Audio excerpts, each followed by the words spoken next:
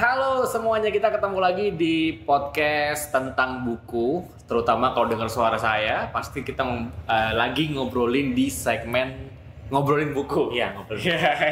Ngomongnya agak belibet ya. Karena double ya, ngobrolin buku. Jadi agak-agak belibet. Oke, jadi ini episode berikutnya karena kita akan ngebahas satu buku yang menarik dan agak sedikit beda tampilan kita hari ini. Karena kalau episode sebelumnya bukunya dipegang, sekarang bukunya dipajang.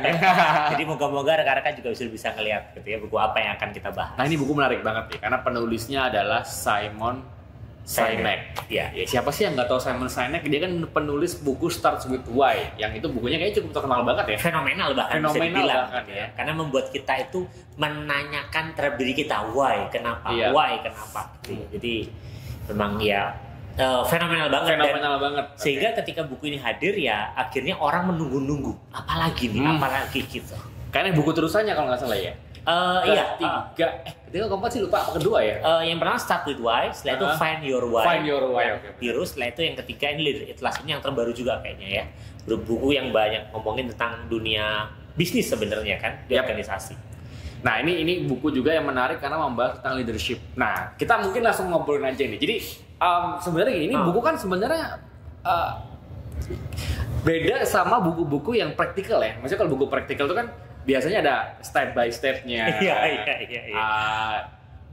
Kamu pertama A, B, C. Kalau ini kan lebih berisi tentang pemikirannya si Simon Sinek sebenarnya. Iya. Jadi dia coba menuangkan pemikiran dia tentang leader, dicocokkan dengan konteks organisasi gitu. Yeah. Nah, ini kita ngobrolin key learning point dulu deh. Apa sih hal yang paling berkesan atau yang paling diinget banget dari buku ini? Silakan. Bos Ivan dulu, yang punya podcast. Oke. Saya numpang dulu. Oke.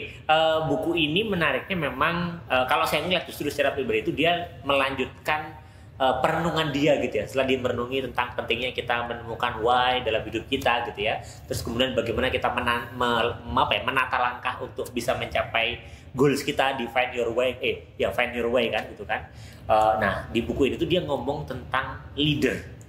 Karena kalau nggak salah lagi di buku Find Your Way itu Simon Sinek itu cerita kayaknya dengan dia itu setelah buku Start with Why itu booming, itu akhirnya diminta untuk diundang ke perusahaan-perusahaan, ketemu dengan para top manajemen untuk dia cerita gimana sih merumuskan langkah-langkah untuk bisa mencapai why organisasi itu. Nah, kayaknya interaksi dia dengan CEO perusahaan top leader itu akhirnya membuat dia dapat insight tentang leadership.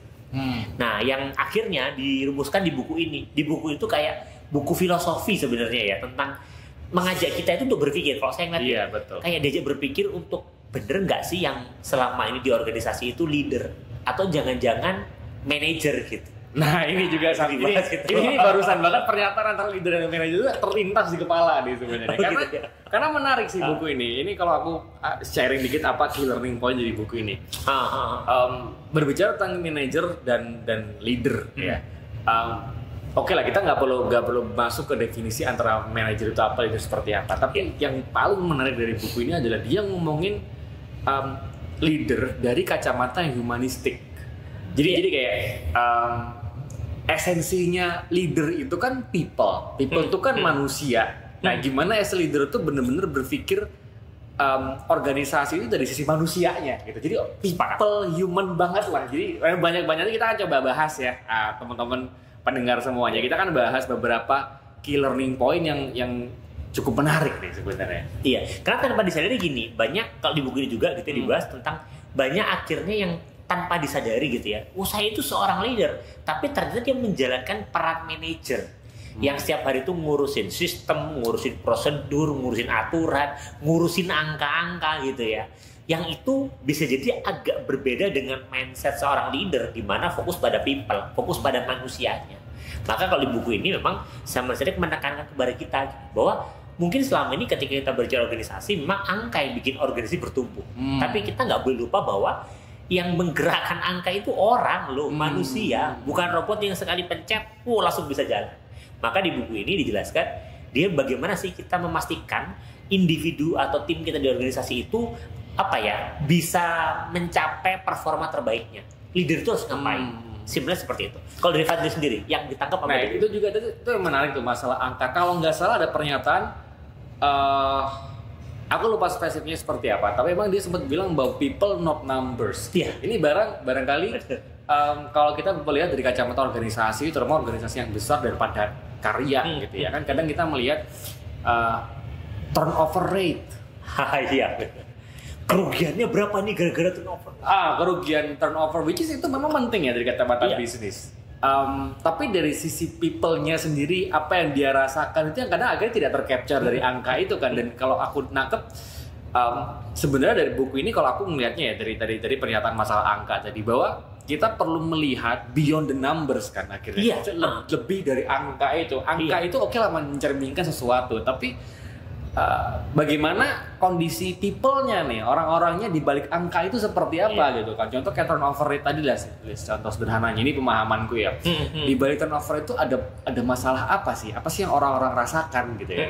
Problemnya di mana sih? Dan sebagai leader, ini juga kalau nggak salah satu kata kunci juga yang didapat dari buku ini terkait leadership, empati. Bagaimana seorang leader itu perlu bisa berempati terhadap ya orang-orang yang ada di organisasi tersebut gitu kan. Jadi not only looking at the numbers gitu. Jadi menarik sih gitu. Bahkan di bagian pertama buku itu dibahas tentang bagaimana kita harusnya peduli. Kenapa sih leader itu perlu peduli terhadap timnya gitu ya? Betul. Jadi ada satu cerita di mana kondisi peperangan gitu ya. Peperangan itu ada dua tim di darat sama tim di udara. Nah, kemudian tim udara itu fungsinya adalah untuk melindungi tim darat ketika perang. Singkat cerita, kemudian tim di darat itu disergap musuh. Nah, sehingga tim di udara harusnya itu bantu. Tapi permasalahannya adalah tidak ada komando dari pusat. Nggak ada komando pusat bahwa kamu tuh harus selamatkan tim darat, enggak, tapi ya dia harus ngawasin aja gitu. Kondisinya adalah tim darat ini sudah sampai di kejepit gitu ya, terjepit sehingga sudah ya di ujung kematiannya gitulah ya. Tapi di sela-sela itu, pilot pesawat ini kemudian akhirnya mengambil keputusan yang itu nggak diinstruksikan oleh komando gitu. Di luar protokol, yaitu akhirnya dia memutuskan untuk dia gunakan pesawatnya untuk melakukan penyerangan yang itu nggak ada instruksi dari pusat. Nah, ketika akhirnya singkat cerita orang-orang ini selamat, tim darat selamat. Nah, ketika ditanya si pilot ini gitu, kenapa kamu melakukan sesuatu yang itu di luar prosedur gitu? Jawabannya simpel. Karena kalau mereka di posisi saya, mereka akan melakukan yang sama juga dengan yang saya lakukan.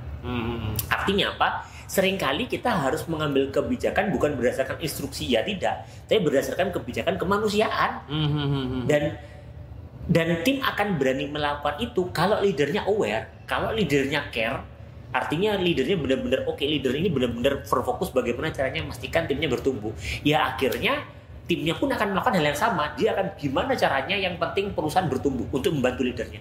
Jadi hubungan timbal balik. Ini yang kemudian mau disampaikan di bagian awal buku ini. Kaitnya dengan pentingnya kenapa sih leader itu harus kemudian itu care kepada timnya. Karena ya biar timnya juga bersedia melakukan yang sama untuk leadernya, yang itu untuk kemajuan organisasi secara keseluruhan.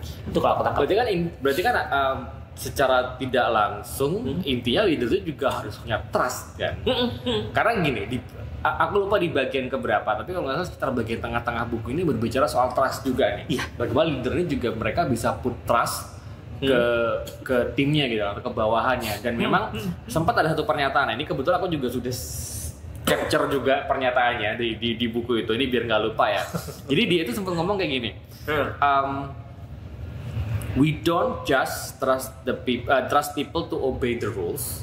Jadi kita tidak hanya percaya orang untuk mematuhi aturan, we also trust that they know when to break them. Jadi kita juga harus percaya kepada tim kita lah ya, kalau kita bicara leader ya. Kapan mereka harus break the rules? Karena gak semua organisasi rela loh kayak gitu, gak semua leader ya. Ada rules itu kan agar kita tidak melakukan sesuatu di luar protokol. Nah, pertanyaannya adalah kapan? Misalkan rules ini kemudian terus dijaga, ada resiko lebih besar yang terjadi.